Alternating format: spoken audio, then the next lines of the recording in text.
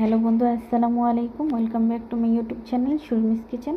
আজকে আমি তোমাদের সাথে শেয়ার করব পেঁপের ভর্তার রেসিপি।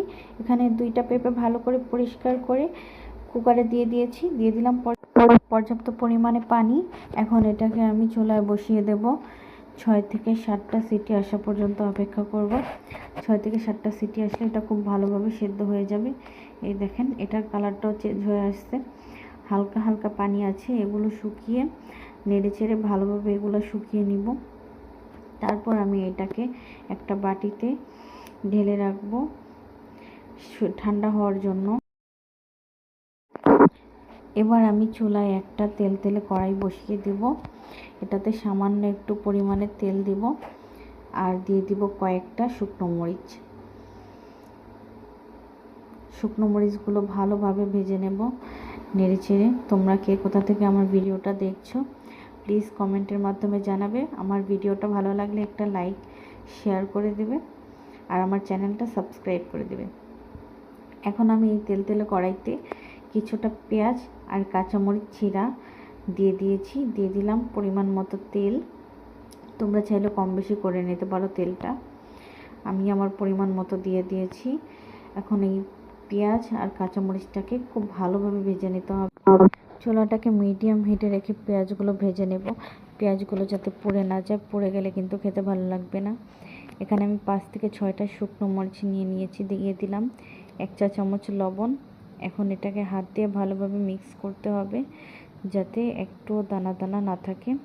একদম আমরা আলু ভর্তার জন্য যেভাবে আলুটাকে একদম মিহি করে নিতে হবে, আলু ভর্তার মতো, যাতে দানা দানা না থাকে। দানা দানা থাকলে কিন্তু খেতে ভালো লাগবে না।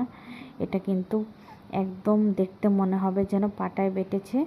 এই রকম পরিমাণে মিহি করে নিতে হবে হাত দিয়ে ভালোভাবে চটকিয়ে। তো যারা পেঁপে একদমই খেতে চায় না তাদের জন্য কিন্তু এই ভর্তাটা বেস্ট। যে কখনোই কোনোদিন পেঁপে খায়নি সেও কিন্তু এই ভর্তাটা দেখে লোভ সামলাতে পারবে না, অবশ্যই খেতে চাইবে।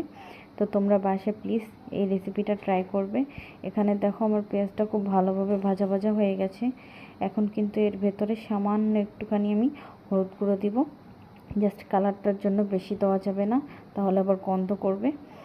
এখন আমি সামান্য একটুখানি হলুদের গুঁড়া দিয়ে ভালোভাবে নেড়ে চেড়ে দেবো।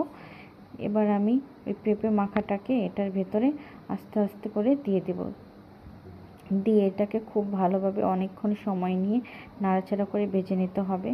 এটাকে আমি প্রায় 10-15 মিনিট যাবত দাঁড়িয়ে একদম ভাজা করে নিয়েছি। আর এই জন্য আমি তেলের পরিমাণটা একটু বেশি দিয়েছি, কারণ আমি এটাকে অনেক ভাজা করব। আর এত ভাজা করতে গেলে কিন্তু লেগে যাওয়ার চান্সটা অনেক বেশি থাকে। তো এই তেলটা সামান্য একটু পরিমাণে বেশি দিয়েছি। আর এই ভর্তাটা যত ভাজা হয় ততই কিন্তু খেতে ভালো লাগে। এই কারণে আমি এটাকে খুব ভালোভাবে ভাজা করে নেব। এই ভর্তাটাতে কিন্তু আমি কাঁচামরিচ এবং শুকনো মরিচ দুটোই ইউজ করেছি।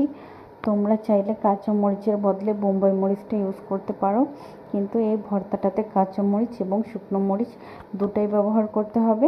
তোমরা চাইলে কাঁচামরিচের বদলে বোম্বাই মরিচটা ইউজ করতে পারো। আমার কাছে বোম্বাই মরিচটা ছিল না, না হলে আমিও বোম্বাই মরিচটা ইউজ করতাম, কারণ বোম্বাই মরিচটার ঘ্রাণটা অনেক বেশি ভালো, ওইটার কারণে ফ্লেভারটা অনেক বেশি ভালো আসে। তোমরা চাইলে কাঁচা মরিচের বদলে বোম্বাই মরিচ দিয়েই করতে পারো। কিন্তু এই তো তৈরি হয়ে গেল আমার পেঁপের ভর্তা। তো থ্যাংক ইউ।